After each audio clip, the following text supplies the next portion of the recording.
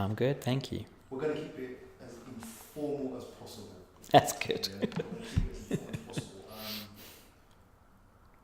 Just tell us who you are, Mm-hmm. your job. Okay. My name's Adam Ibrahim. I'm a doctor, currently working as a junior doctor in psychiatry. I've been a doctor for nearly 12 years now. I originally trained as a GP. And then after a period of being unwell with mental illness myself, I ended up switching over to psychiatry. And I've been working in psychiatry for 3.5 years now.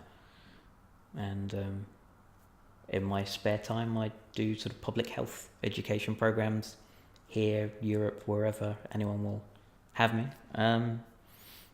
and try and promote public awareness of mental health and health issues, really. And I always leave a gap so I can edit. Yeah, I do. Have you been watching the news on Harvey Weinstein? Yeah, I can't say I'm surprised. Well, what would be your summary of that? What do you think is going on there? What sticks out for you? For me, it's the usual thing. It's that power is a wonderful excuse for people doing anything they want to, and an amazing cover when people are afraid of the power that you have. So, I mean, this is a guy who, to all intents and purposes, has 20-plus year history of taking advantage of women because he was in a position of power over them as a director, producer, whatever. And they were afraid to speak out because with the kind of connections that he had, he could put in a word to his friends and they'd never work in Hollywood ever again. They'd be labelled as difficult or troublemakers or what have you. And so a lot of people, it wasn't so much a case of sleeping their way up to the top, it was more a case of when somebody tries to force themselves on you, you shut up or your career is finished. And we know that's happened, particularly with child stars before, the whole sort of the Disney generation of child stars who were saying that they were abused when they were kids. And we're now seeing it with older women. And it's taking people who are very comfortable in who they are now, very well-established actresses, to come out and say, yes, 10 years ago this happened to me. Because there's a period of time where you feel you have no power, but you have lots of shame. And until you're in a position of power yourself, you can't challenge that. It took a long time for people to speak up. Yeah. Now, some people might say, on the basis of the fact that they waited so long, can it be true? Why would people who have actually got a voice take so long to say, I was abused by that man? Sure. Well, I think the first thing to say in terms of the can it be true thing is we have to think about what it means. Although sex these days is viewed as recreational and it's viewed as almost like a pastime, a hobby, it's still a very personal thing, particularly for ladies. It's involving huge amounts of emotional investment and intellectual investment and relationship investment. And so for a woman to talk about her sexual experiences, be they good or bad, takes quite a lot of courage, and it's not something that is generally done. So we need to have some respect for the fact that they're talking about things, and actually it must be fairly important for them to do it. Unlike guys who can talk about their sexual conquests all the time and it's viewed as being a wonderful thing and all the rest of it, ladies, you can't do that. But I think the more important thing perhaps to say is that the statistics in both the UK and across the world are very clear. When you look at people who allege that they've been sexually abused, whether it's inappropriate touching or rape or whatever it is, the number of people who falsely claim that is about 3%. And it's usually, in those cases, they're accusing someone that they know in a bid to spite them or cause trouble, and there's usually something underneath it. But that means that 97% of people who say it are telling the truth. And not only that, we know that probably only about 10% of people who are sexually abused actually speak up. So we're talking about a tenth of the people who it's happened to coming forward. So there's this huge group of people out there. And you say, well, how can it be true after that length of time? And I think actually, if anything, the length of time, I think often actually adds credibility to it, because you've got to think what it takes for someone to be able to speak out. And we know that people who sexually abuse people, it's about power. It's not about sex. Sex is always better when both people are interested. There's fairly common sense. So it's not about sex, it's about power. And so there has to be a power differential for the person who's the abuser. And that power differential, that power that they have over the person, whether it's physical power because they're bigger or stronger, or it's financial power or positional power like young actresses and trying to make a good impression, that power differential is such that it stops someone from speaking out. They're afraid of the repercussions. There's always guilt, because when people have a position of power over you, one of the things that they are very good at doing is convincing you that it's your fault what's happening to you. And so you live with that guilt as well. And I've met hundreds of people, seen children who've been sexually abused. I've seen adults who've been sexually abused when they were younger and as adults. And it's the typical thing. There's still a question in their mind that perhaps they brought this on themselves.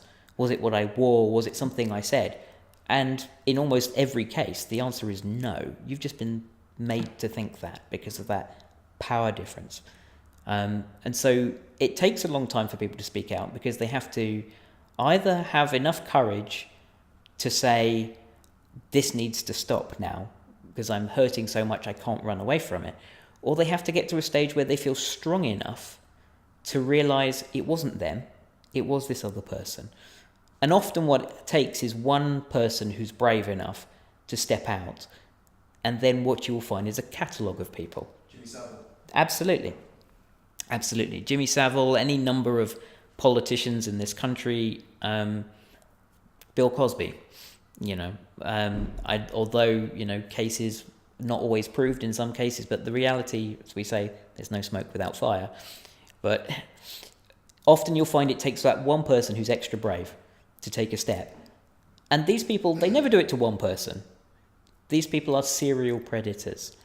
That's the reality of it. And you'll always see people coming out. So what does a predator look like?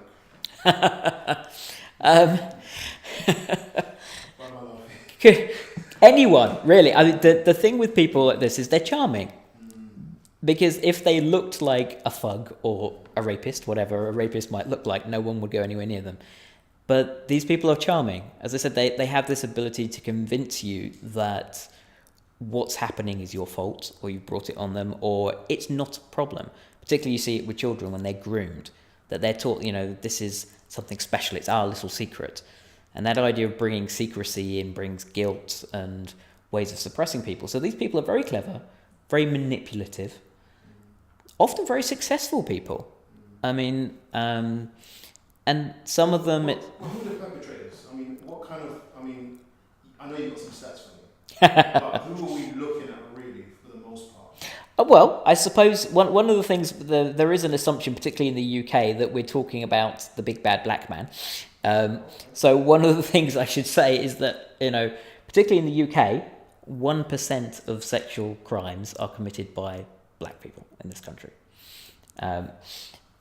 88% are committed by white people, Caucasians. The next biggest subpopulation is actually Asians, and that's 6%. And then 5% is mixed races, and 1% of sexual crimes committed in this country are committed by people of colour, Afro-Caribbean or otherwise. So the big bad boogeyman that people are warned about is somewhat of a misnomer. The other thing is, what do these people look like? They look like people that you know. In 90% of cases, people are abused by people that they know. The idea of stranger rape, stranger abuse, these sort of people who prey on random people in the community is tiny. The vast majority of people, in order to have that power differential, you need to know someone, have that kind of a relationship that you can abuse. So you mentioned relationship. So that would indicate that the person's known is in the midst. Yes. For the most part, I guess. Yeah. I mean, for when it comes down to particularly rape and sexual abuse and violent sexual abuse, the most common relationship that the offender has with the victim is that they're their partner or ex-partner. About 60% of cases, it's the partner. often another 20-30%, it's ex-partners or close partners or friends. So it's partners, friends of the family. Particularly when it comes down to children, it's often extended family members or people in the close community, friends of the family. So I guess we won't really see them coming. No, and To the untrained eye. no, often you won't, and it's the classic thing that you don't. It's the person you least suspect. It's the person that you trust, because in order for these things to happen, there has to be a degree of trust. That, or there has to be a very knowing complicity going on. So with people like Harvey Weinstein, we're hearing that secretaries and various other people knew that this was what was going on, and they warned their friends. They would warn actresses, be careful with this guy. If he offers to see you in his room for a discussion about your career, say no. And when you hear those kind of conversations going on, that should be raising alarm bells with people, and somebody should be saying, okay, let's look further at this. But it didn't happen, and people kept it rolling for years and years and years, until somebody had the courage to stand up and say, enough. No, keep an eye on the dog, because sometimes it will sort of pull about itself. You'll hear it after it will click, but it will do that because it has to chop all the files sometimes. Sometimes it stays on, sometimes it doesn't, but we should keep an eye on that. So, this is it. The title of this is The Culture of Silence. Culture of silence. You hit on something there. Secretaries knew. Mm-hmm. Business partners of his knew. I'd probably family members of his knew. And said nothing. Yeah. Because when people have that sense of power, they have a sense of entitlement about it. And they create almost this aura of fear around them, which creates silence. Because we learned a long time ago, with all sorts of weird and wonderful psychology experiments, that you can influence people to do something just by this fear of what's going on around you. I'll give you a silly example.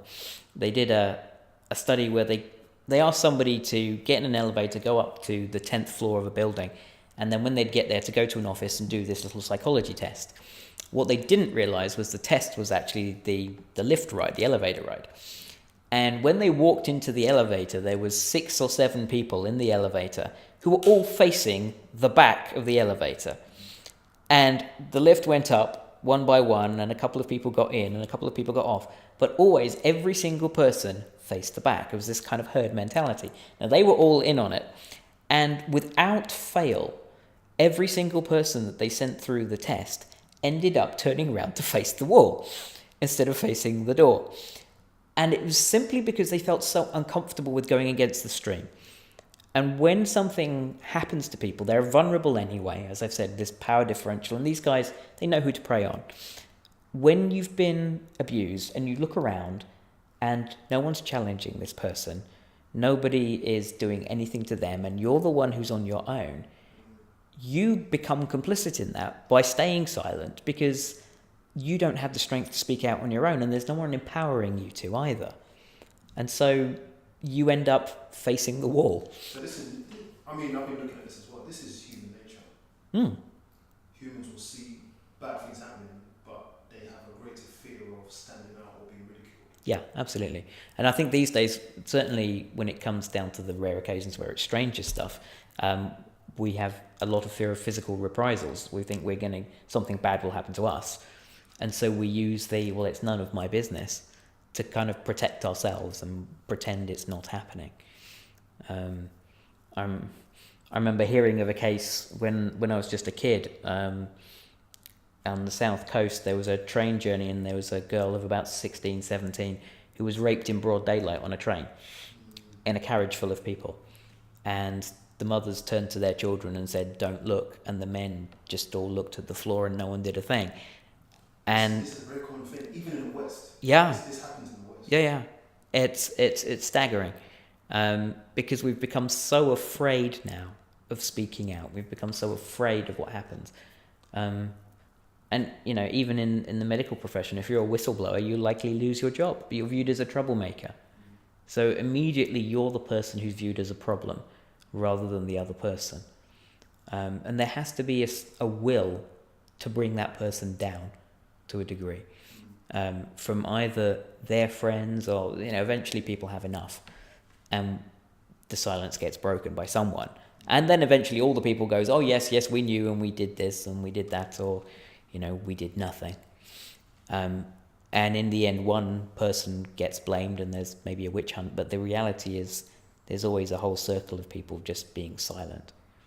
I don't know who coined the phrase, but there's a very famous phrase that evil flourishes where good men do nothing. Absolutely.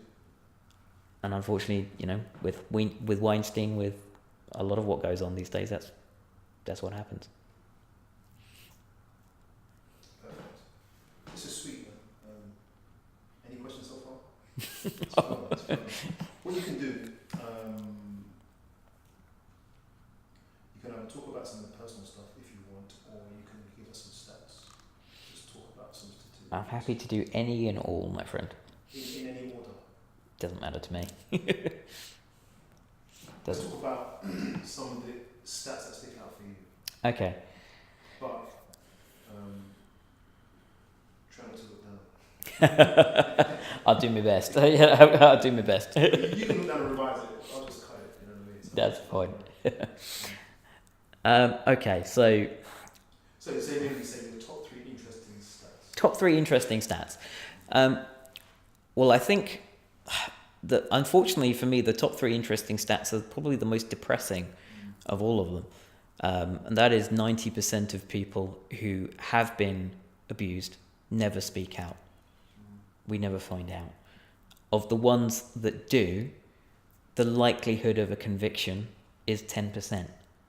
So if you step out and you're brave, a 1 in 10 chance of actually seeing some form of justice. It can all be for nothing, really. It can, well, there. A lot of the past emotions. Yeah, for some people you get a sense of closure by actually feeling empowered enough to stand up yourself and breaking that power gap that's there. And then I think, for me again, this really depressing stat that, only 3% of people who speak out are lying. And often they're not completely lying, but 97% of people who say something bad happened to me are telling the truth. But that's not what happens. We always get the digging up on their life and what happens. And if it ever gets to a court case, their life will be scrutinized with a microscope. And I mean, I have an acquaintance who is a South African police officer, and he's a sexual crimes officer. And I was talking to him about this, and he was saying, 90% of the ladies I meet are, making it all up. And I was gobsmacked. Not least because the reason that I came to know him was because he was investigating an alleged assault on a member of my extended family. So to find out in his head that when he went to see her, that there was 90% chance, in his head, 90% likelihood that this woman he was going to see, who's very dear to me, was lying. And I was thinking, well, what kind of nonsense is it when even the people who investigate it, and I have to say, I think that may be slightly unique to South Africa, because the rape detectives that I've met in this country, I have to say, are amazing.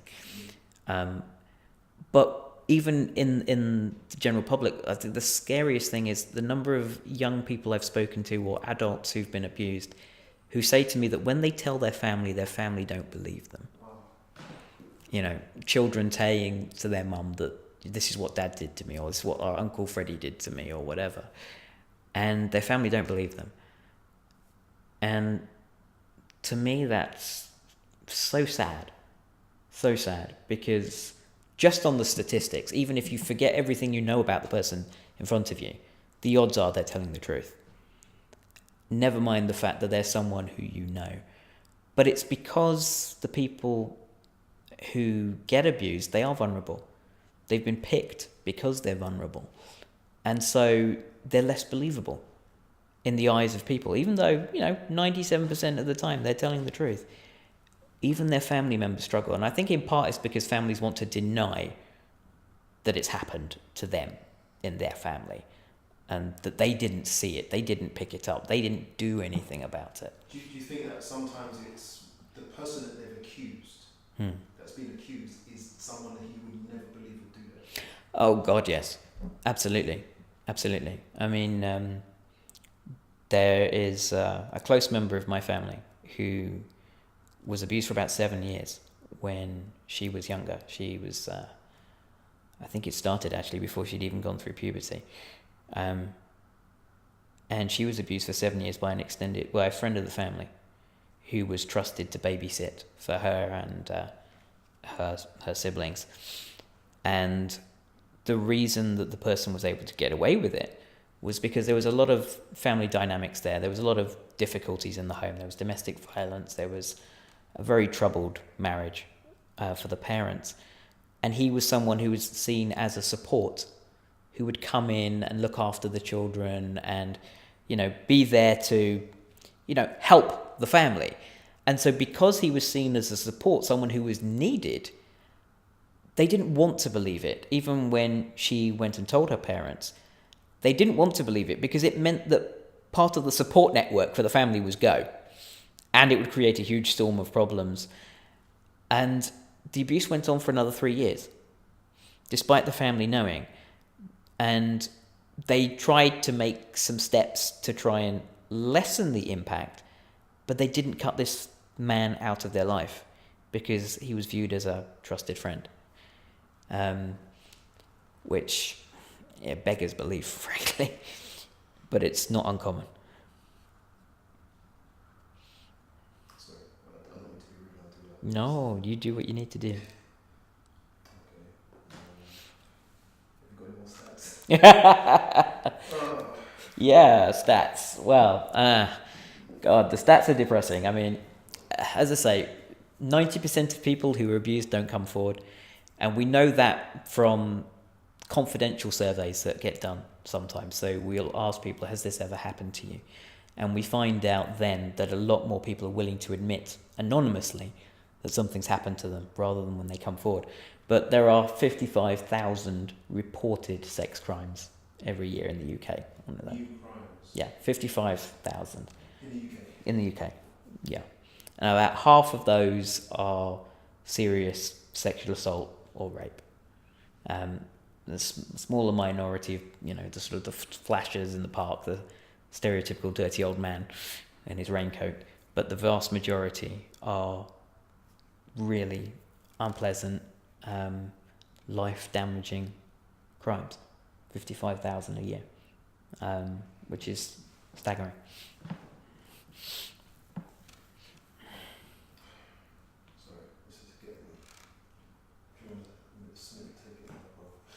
Take a mo, mate. Take a mo. Right. Go through your slide and just anything you pick. Yeah, let me just see what might be useful. Okay. I suppose one of the other things to mention is, as I say, people are often vulnerable, and we say, well, what does it mean to be vulnerable? It's not what people do. There is the misnomer that if you dress in a short skirt, you're asking to be abused or raped or something like that. There are some statistics which say that if you are the kind of person who goes to clubs on a regular basis, if you go to pubs, particularly if you go to nightclubs and you drink, that your chances of being abused are about 7 to 8 times higher than the general population. We say, well, what is that? Is that because they're dressing in short skirts? Well, actually, no, it's really the booze. Because when you've got alcohol in your system or drugs in your system, you're less able to protect yourself and aware of what goes on. So there's a lot of cases where prosecutions never happen because people are drunk. And that's whether it's in Hollywood, whether it's wherever. And there's always a question mark over, was it consensual? Was it not? The other sort of group of people who really suffer a lot, and it's staggering really, are people who view themselves either as lesbian, gay, bisexual, transgender. if you look at transgender people, your lifetime risk of being sexually abused when they look at transgender people is 60%. 60% higher No, 60%. chance. 60% of transgender people between the ages of 25 to 60 report having been sexually abused at one point in their life. 60%. Okay, let's just get that clear. What does that mean? What that often means is, and there's questions about this. There is a discussion, and it's not politically correct to have, but there are discussions around gender identity and abuse, and whether or not abuse affects your sense of gender identity. So whether, for example, if you are a man and you're sexually abused when you're a child, does that make you more likely to identify as being gay later on in life? The short answer appears to be yes. What we do know is that people who decide that they're so uncomfortable in their gender that they wish to switch, either from a man to a woman or a woman to a man, 60% of those people at some point in their life will have experienced some form of sexual abuse. Now, how much of an impact that's having on their sense of gender identity, we honestly don't know. For some people, it may just be part of a very troubled upbringing. For other people, it may be part of it. I'll give you an example. I had a young patient who was 12 years old, brought to me here actually in this hospital, by her mum and her grandmother. Her grandmother had an abusive husband, and he used to beat her, and her children had seen her being beaten in the home. The girl's mum had also been in a series of abusive relationships, and this little girl had grown up seeing mum get beaten by a drunk and abusive dad. Unfortunately, mum had mental health problems of her own, and when the parents separated, she was viewed at that time as an unfit parent, so she was sent to live with daddy. And she was about 7 years old at this time. Daddy, unfortunately, had troubles of his own and sexually abused his own daughter for 5 years, despite the fact that he had a girlfriend at the time. So he sexually abused his own child for 5 years. At some point, she had the courage to tell her grandmother, her mum's mum, what had gone on. So grandma rescued her from there, and for a little time she lived with grandma, and then she was able to move back in with mum when mum had had some treatment and was doing better on herself. But by this time, her mum had had so much, she's so fed up of abusive men, she was now living in a lesbian relationship with an abusive woman. So she had switched from abusive men to abusive women. And you have this cycle. Often you have a cycle in families where this kind of behavior can carry on for generations. And you say, well, okay, was it that her mum's sense of identity switched because of being abused so many times by men that she decided to try something else? Or what? I guess it's not for me to say, but I mean, it's very suspicious that you see this kind of pattern of behavior again and again and again. But I think the other thing to raise is that people who have been victims of abuse often end up continuing in abusive relationships. And it's partly because they have a distorted sense of identity because of the abuse. They have a sense of guilt, a sense of worthlessness, and they tend to therefore be attracted to people who abuse them. All right, let's get it here. Abuse distorts. Can you just dig into that a little? Yeah. Particularly when we know that our personalities form from the ages of about 8 to our early to mid-20s. During that time frame, that's when we work out who we are, what our place in the world is, what we think about ourselves. And if you suffer abuse in that time, it imprints on your personality. So particularly if you're serially abused by someone who's in a position of power above you, whether it's a family member or a family friend or whoever, what happens is your sense of self gets devalued. You can view yourself as almost a thing, a belonging for someone. And what happens is you feel that you don't deserve to be treated any other way except this. That perhaps very rarely do people who have been abused identify with being a victim. So in effect, an abuser is sending the child or the victim into further abusive courses of action. Yes. As I say, it kind of it imprints on you, because what will often happen is even if that person tries to have a normal relationship, the abuse that they have will play itself out in that relationship. So I'll give you an example. There is a cousin, a distant cousin in the family, who was abused when she was younger. And when she got married to her husband, who's a lovely, lovely man, she found it very hard to be physically trusting with him. And the first time they tried to have a sexual relationship, she screamed her head off and told him to get out of the room. She was very, very sensitive to him touching her.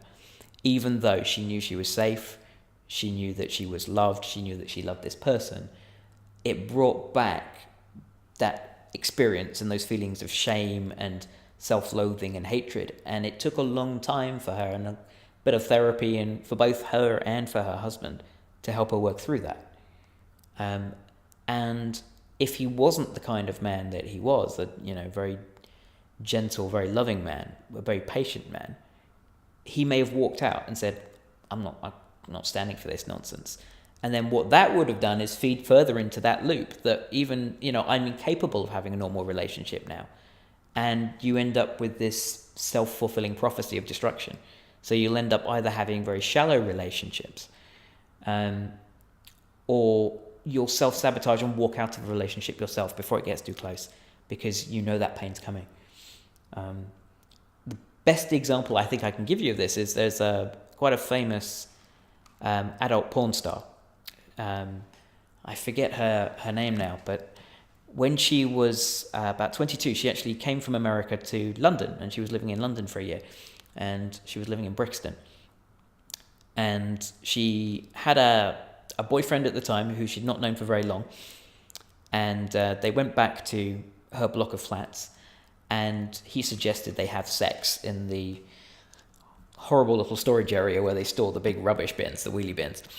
And for whatever reason, she agreed. And so they had sex, and then he said to her, just wait a minute, I'll be back in a second. And he disappeared. 5 minutes later, he came back with 7 of his friends and basically said, help yourself. And so there she is in a position where the person that she trusts and cares for has basically handed her over as an object. And so she was systematically gang raped for several hours. What then happened was she went off the rails. She started becoming very depressed and anxious. When she returned to America, she started self-harming. She would cut herself with razor blades. She had various eating disorders. She felt that she was very worthless and dirty. And ultimately, even though she ended up going to university and studying psychology and studying crime, she became a porn star.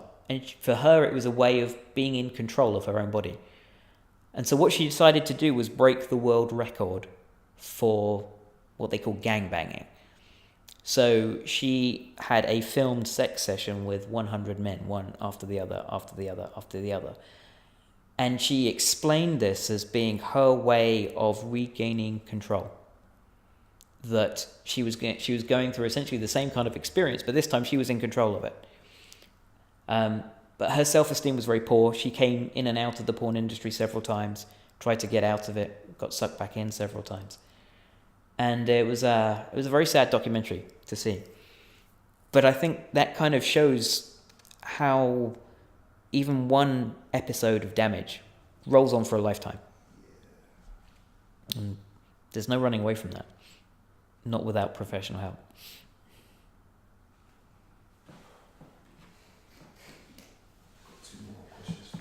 Okay.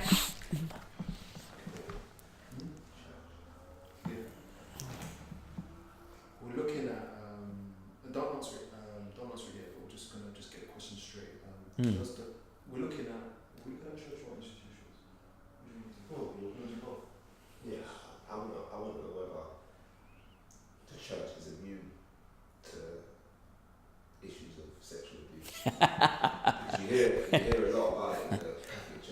Okay, When sure. you hear about child sex abuse, you immediately think old white priest. Okay. Some sort of, you know what I mean? Okay. Yeah. Yeah. Okay. You can ask How would I articulate that? Okay, I'll go for it. We hear a lot. I think I'm speaking out. We hear a lot about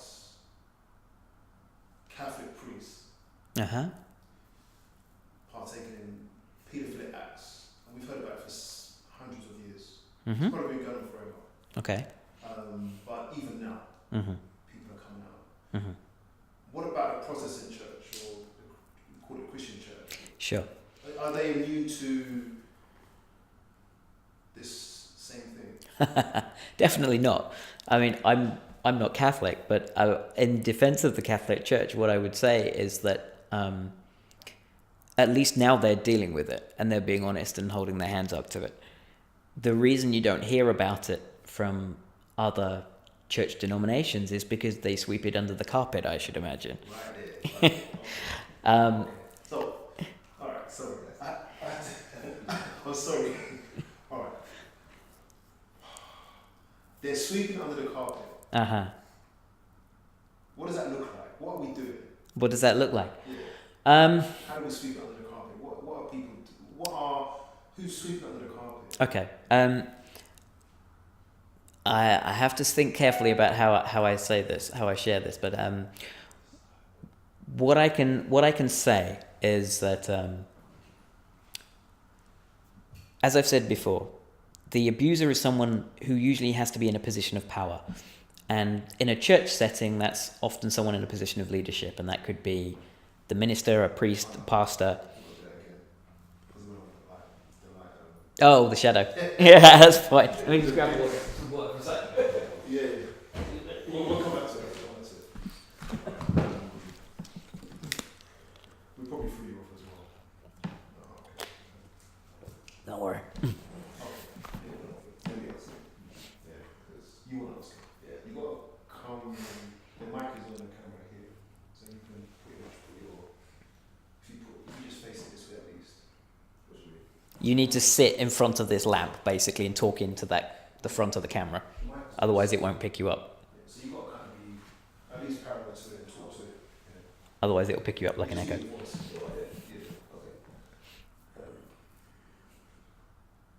You hear a lot about sexual abuse, particularly in the Catholic Church. Uh-huh. I went to a Catholic school, which will remain unnamed, obviously. Mm-hmm. But years after I left, this whole revelation came out that the priest or priests connected to the church Sure. and the school were, for years and years and years, sexually abusing young children. Yeah. My question is, what about the Protestant church, as Curtis put it? Are they immune? God, no. To No. In a word, the short answer is no. It's interesting that even the whole thing with the Catholic Church, it took someone famous. It took Sinead O'Connor, a very famous singer who was making very loud complaints about the Pope, and she got slammed quite heavily for it about 10 years before it all started to come out. But the only reason perhaps we hear about the Catholic Church so much is because it's so big. About 50% of the Christians in the world belong to the Catholic Church. So it's the single biggest organization. Are other church organizations of other denominations immune? Hell no. The reason that you don't hear about them is either because they're smaller or because they sweep it under the carpet. Or they sweep it under the carpet. I mean, what else can I say? People are hearing that it must come out in some way. Yeah, so someone Sure. hears something. Sure. What are leaders or people in responsibility, positions of responsibility, or family members, or whoever it is, who's finding out, and what are they actually physically doing about that abuse? Right. Okay. Well, I'll give you a sort of a year in the life. I served as the head elder for a large church in central London, which had about 300 members for a year, and it was a year I'll never forget. I had one. Our church was very multicultural, very multinational. I had a gentleman from South America who came to me, who was saying that he was raised in a Protestant church denomination school, and when he was talking to some of the other kids about some of their experiences, he said he suddenly realized that some of the behaviors that he had seen as perhaps a bit odd were actually abusive. He hadn't necessarily realized that the way that the person was touching him was inappropriate. And it was only when he was talking to others that he found out that things had gone considerably further with others. And he came to me because he felt like writing to the national newspapers of the UK to proclaim from the rooftops what was happening in his church denomination, because he had been trying to get justice for himself and for his fellow classmates from the hands of a number of both ministers, teachers, various people in authority, and he had been getting nowhere. So he came to me for help, and I had to talk to him and talk to my church pastor and the church leadership, and we talked about it, and we actually wrote to the leadership in our country and in his country to say, this has been brought to our attention and we'd like you to look into it and we'd like you to feed back to us what's going on. And I didn't hear a thing. I never heard a thing about it ever again. How long ago was that? That was a few years ago now, maybe about 5 years ago now. So that's reasonably recent. It's actually a crime. It is a crime. You're absolutely right. It's a crime. To accusations of sexual abuse. Yeah. So report it, you know what I'm saying? Yeah, I mean, a lot of the time, unfortunately, in his case, one of the main instigators, or alleged instigators, I have to say, because there was never a case done, he had died. So there wasn't very much. And often, sometimes these institutions get shut. And so once they're closed, it's very hard to track back records. And actually, to an extent, I think I have to say that attitudes have changed considerably now. People used to be an awful lot more afraid of people in authority. Everything from, children all the way up. Just even with my parents, if you got up to trouble and the village bobby told you off, that was terrifying. These days we have kids who will argue and swear at police officers, call them all sorts of names under the sun. So our attitude to authorities changed. And the church's attitudes changed. So now we all receive training when you're in leadership positions about child protection and safeguarding issues, and every church has to have a nominated person, and there's a clear policy, and there's a clear chain of command for actually reporting these things. In the past, there wasn't. And I think, thankfully, it's things like the issues that came about with the Catholic Church that have made other churches sit up. And perhaps in part, some of the reason that there isn't these big tabloid exposés these days is because things are being either dealt with or, in some cases, perhaps buried, in other cases, dealt with internally. So we don't come to know about them. But no church is immune. No, whether it's Muslim, Jewish, Buddhist, I don't care what religion there is, the stats are fairly the same. There's the same number of abusers in just about any place in the world. Wow. Two more. I've got two more. Okay, you've got something. I'm still trying to wrap my head around the silence. I think it's about silence, and I think Yeah. you dealt with the issue, didn't you? He has, and he's done it very, very well. I'm just still, it still bothers me. I think it's scary because Perhaps we should. It's worth us talking about not just the silence of the people in terms of reporting it, but actually the institutions in terms of educating people about it or telling you what to do. And so I've got that. As well. Yeah.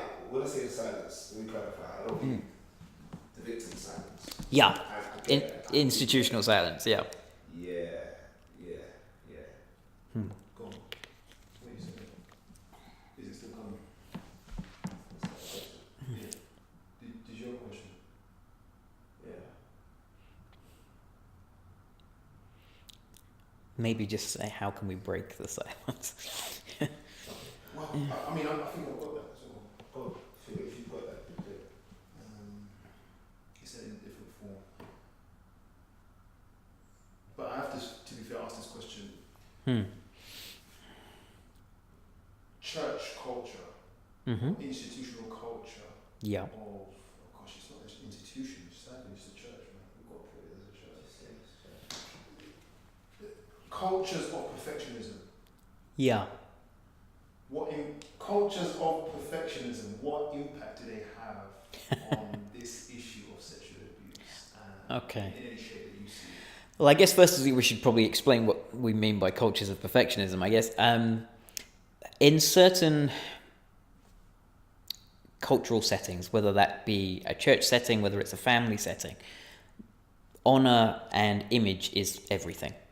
So I come from a mixed heritage, partly Asian, partly white. In Asian cultures in particular, there is a sense that shaming the family is the worst thing you could possibly do. In Oriental cultures, it's very, very similar. So hence we have the idea of honor suicides, honor killings, these kind of things, where the image of the family, the image of the institution is everything. And we mentioned, the Catholic Church beforehand and so on, but where institutions often want to have a veneer of perfection, that there's everything about them is good, which is why when things suddenly get broken, like Hollywood and Weinstein, which has been in the news recently, it becomes such a shock and a big thing and it's big news. But I think within those organizations, we can create a sense in people themselves that everything has to be perfect. And I think particularly in religious settings, in Christian culture, particularly in Adventist culture, I was raised as an Adventist, although my dad's side of the family are all Muslim, so I've seen two sides of this. There is a sense you're expected to be intellectual, you're expected to look good, to sound good, for everything to be okay. It's not okay to be struggling. It's not seen as cool if you're a guy to cry. Yeah, and your spirituality. And there's sometimes there's an implication that if something has happened to you, it's because you're not perfect. You've done something wrong. Either you've attracted the wrong kind of attention, or you've gone after the wrong kind of relationship, or you don't have enough faith, or whatever it is. There's often a sense of blame when it comes to perfectionism. And I've seen that with patients that I've met, I've seen it with friends, and I've seen it in institutions that I've worked within, both in the sort of church setting and in the work setting, that people are so intent on maintaining this image that everything is okay, that will do almost anything. It's almost like going through a mourning experience. We talk about sort of anger and denial and stages of going through things. There is a lot of denial which goes on, that it can't possibly be happening to us in this family, or in this church. This can't be happening. There's a lot of denial which goes on, and that sense of denial is often enough to dissuade people from saying something. Because people have created a world, and if you take one brick out of that world that we all spent the last 50, 60, 100 years creating, I will sacrifice you rather than... Yeah, I think particularly in religious settings, because there is a sense that you're bringing shame on God almost by stepping out. It's not just that you're shaming your church, but the church is supposed to represent God and represent the religion. So actually you're bringing shame on Christianity or Islam or whatever your religion is if you step out. But the reality is the world is full of people. Religions, ideologies, whatever they are, they don't change the fundamental fact that we are wicked people at times, in all of us. And we don't like recognizing that. And what will actually happen is sometimes what we will do is actually explain away that behavior and say, well, actually, maybe they didn't really mean it. Maybe you're misunderstanding what happened to you. I'm sure he wouldn't mean that. He's not a nasty person. He's not a bad person. He's done this. He's served faithfully for so many years or whatever. That there's almost a sense of trying to rationalize it away. And then when you can't rationalize it away anymore because it's in your face, you then have to find a way of reconciling your own sense, your own vision, your own dream that everything around you is perfect. You have to rationalize the fact that it's not anymore. And it's so distressing for some people that they can't address it. So often there isn't much of a challenge that's done. People might talk about things, but not very much happens. So that leads me on to ask, I did say two, but what advice would you have, if we can keep this really concise, this bit, because I think I want an abused person to just hear it. Okay. Let's say you've got 10 seconds to convince that young girl, she's 25 maybe or 18, convince her as to the next course of action if it's happened. Okay. What advice would you give to someone right now who's been abused? I think the first thing I would say is it's not your fault. And it's really important that you understand that. The second thing I would say is you're not alone.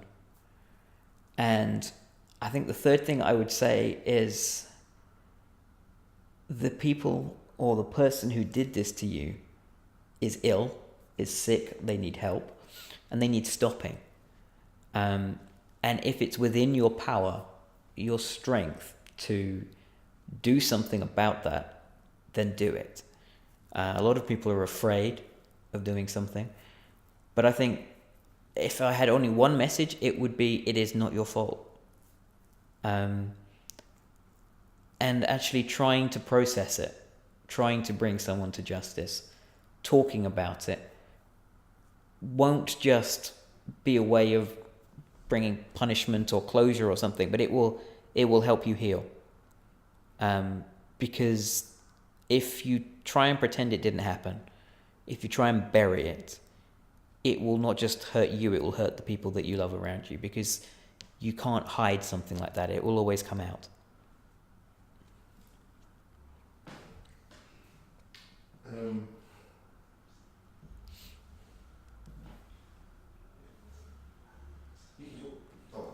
You just cut this bit out, don't worry. You've already got 20 hours of recording on there.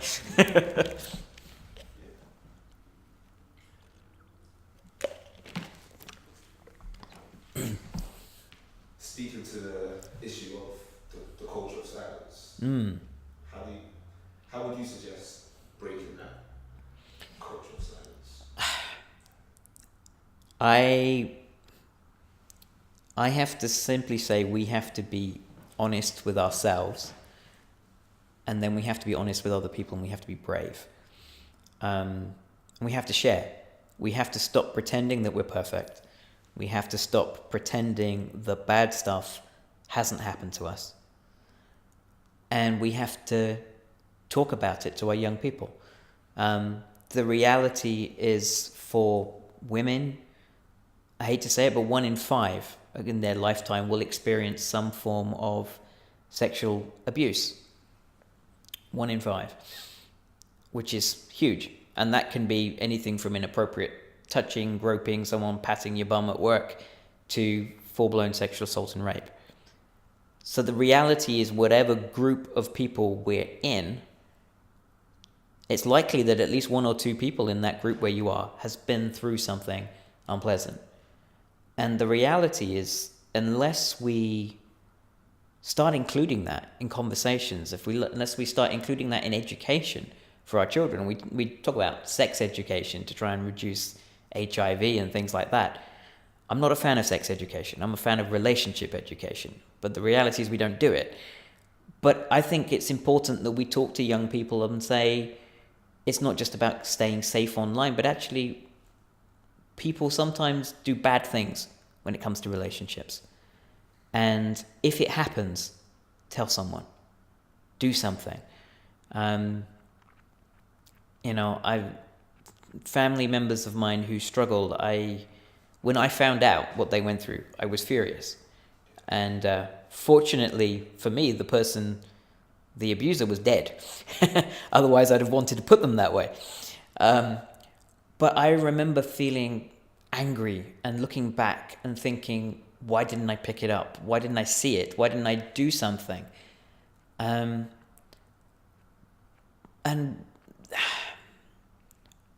we have to just talk. That's all it is. Because the more we talk about it, the easier it becomes for other people to talk about it. That's all there is, really.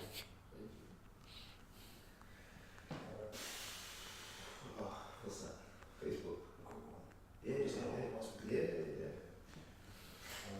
Sure. No, pause that. I mean, keep that. Oh, it's okay. There was. I've got two more questions. You can answer them really quickly, if that's okay. Yeah, of course. Because my sister, what happened with her, I think the majority of the church is trying to really out for blood, right? Mm.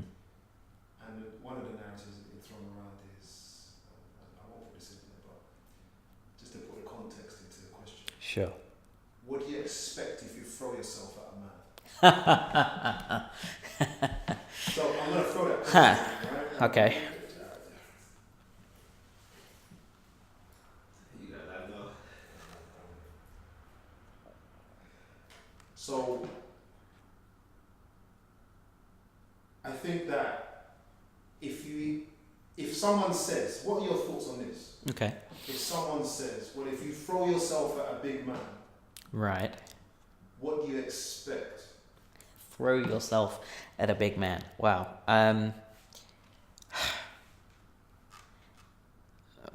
Disbelief is my first response to that. I think we do not teach young people how to approach relationships at all. Well, we teach young ladies that they need a big, strong man. All the movies, all the stuff suggests that a guy who is violent, a guy who has aggression is a true man. And a guy who perhaps is quiet, nerdy, what have you, that's effeminate, that's weak, that's gay almost. And so we teach our young ladies that they need to find a man who's big and strong and powerful, who will protect them and provide for them. And we teach guys that that's the only way to be a man. And so what you end up with is guys who have no way of dealing with their emotions properly. We find girls who long to be with someone like that. I don't think this idea of throwing yourself at someone, we teach young people that relationships are everything, particularly for ladies, that your life is not complete until you have a man. And so we make them so worried, and we delay relationships now because we go to college and university, and whereas 10, 20 years ago, people would get married at 18, 19. Now people are getting married. I was 32 when I got married. We delay and delay and delay. So there's this sense of desperation in people sometimes. And I think particularly in the church setting, we know that particularly in Protestant churches, often women outnumber men 5-1. So for a woman to find the right man, often they will go for somebody who seems like the right person. So really, I think maybe the context was certainly this. What was asking was, people think that the reason why he was abused Right. is because you threw yourself at a man. That's nonsense. And a man is going to, what do you expect? Sure. Even if you're 13, 12, 13, 14 years old, Yeah. if you put yourself in that position, then what do you expect? No. Abuse is about power. Throwing yourself at someone you could view it as desperation. As a man. Yeah. Specifically. No act of the victim in any way explains what the perpetrator does. If you abuse someone, you did it because you are sick. You are ill. You have wrong ideas of relationships. You have wrong ideas about what is valuable. And regardless of what, drunk or otherwise, a real man, if we're talking about throwing yourself at a big guy or something like that, a real man would see you as a vulnerable person and protect you and say, no, it's not appropriate. Right now, you're drunk, you don't understand what you're doing. I like you, but I respect you enough that if I want to be with you, if I want to sleep with you, I'm going to do it properly in the context of a meaningful relationship. Any other argument around that is nonsense. Last question. All right. I belong to a church. Uh-huh. I have just been abused, or I have been abused in the past. Okay. Should I go to the police? The fact that you're asking this question tells me something in itself. Yes, the Bible teaches that you should rebuke your brother. It says don't go to the courts, deal with it and all the rest of it. The reality is the church has authority over things that are spiritual. It also says, the Bible also says on a number of occasions, and we like to forget this one, that you must give respect to the authorities and the powers that are there. Respect the king, whatever. And it actually says respect the king because he doesn't carry the sword for no reason. We don't behead people in this country anymore. But the police are the long arm of the law. If you have been abused, if there is a crime, you go to the police. Period. Whether that's about someone in church or otherwise. So can't we deal with it? We're not qualified to deal with it. Speaking as a doctor of nearly 12 years, speaking as someone who's been a church elder, been a church leader, we are not qualified or in a place to deal with these things. We can help people, we can support people in doing that, but we are at best enthusiastic amateurs. It is not our day job. We don't have the facilities or the means to deal with these things. Yes, there are extra repercussions that should happen.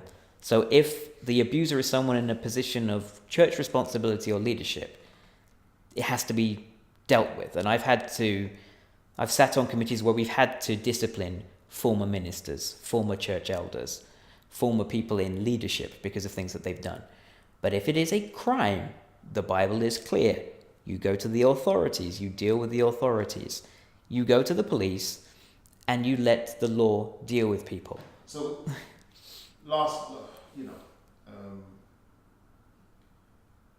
why don't people just forgive? Why don't we just if it's we're talking specifically about sexual abuse? Sure. Let's just forgive and move on. The thing with that is forgiveness is helpful only for the person who's been wronged. Because the people who abuse you don't care about you. They are abusing you because they see you as insignificant, less than themselves, something to be used, an object. Forgiveness is a way of dealing with the anger and saying, I'm going to let God deal with you, or I'm going to let the universe deal with you, or otherwise. But what it doesn't do is it doesn't protect anyone else. It doesn't bring a sense of justice. And particularly for Christians, the Bible, if it speaks about anything, it speaks about justice. It talks about Jesus bearing the punishment for things that we've all done. But nowhere in there does it say that there shouldn't be just punishment. If anything, God says that he's coming to bring his judgment and his punishment. And, I work currently in a forensic unit with people with mental health problems who've murdered people, who've attacked people, stabbed people, shot people. And you can say, yes, forgive these people, that's fine, and let them carry on. But the reality is they'll do it again. So you can forgive someone, sure, but it's the once bitten, twice shy thing. Something happens, this person is dangerous, you stop them being dangerous to someone else. That's our Christian responsibility and duty. And, I have no problem with that. And I if anything, it's liberating to know that God ultimately has all the punishment and all the justice in his hands. But we also have a responsibility to other people. And I learnt that the hard way, actually, with one of the churches I was serving in. Because we had a complaint from a lady outside the church. She had requested some Bible studies, and a member of the church had gone to do Bible studies for her. And it wasn't done officially. It was somebody said, oh, I know someone who can come and do that for you. And what he tried to do was stick his hand up her skirt during the prayer session in front of her 17-year-old son. And this lady who was outside of the church came to the church leadership and wrote to the pastor and said, what the hell are you doing sending this person to my house to abuse me? I asked for Bible studies and you sent me someone who's molesting. We didn't know about this in the first place, but when we found out, we dug into what was going on, and we found out that the person involved had a 30-year history of doing the same thing in 2 different countries. And there were 5 members within our own church congregation who had been molested also. And when we spoke to them, they all said the same thing. They felt sorry for the person because their wife was in a different country and they felt the person was lonely. They felt sorry for them because they had a position of responsibility. They were very respected, and they made excuses for them.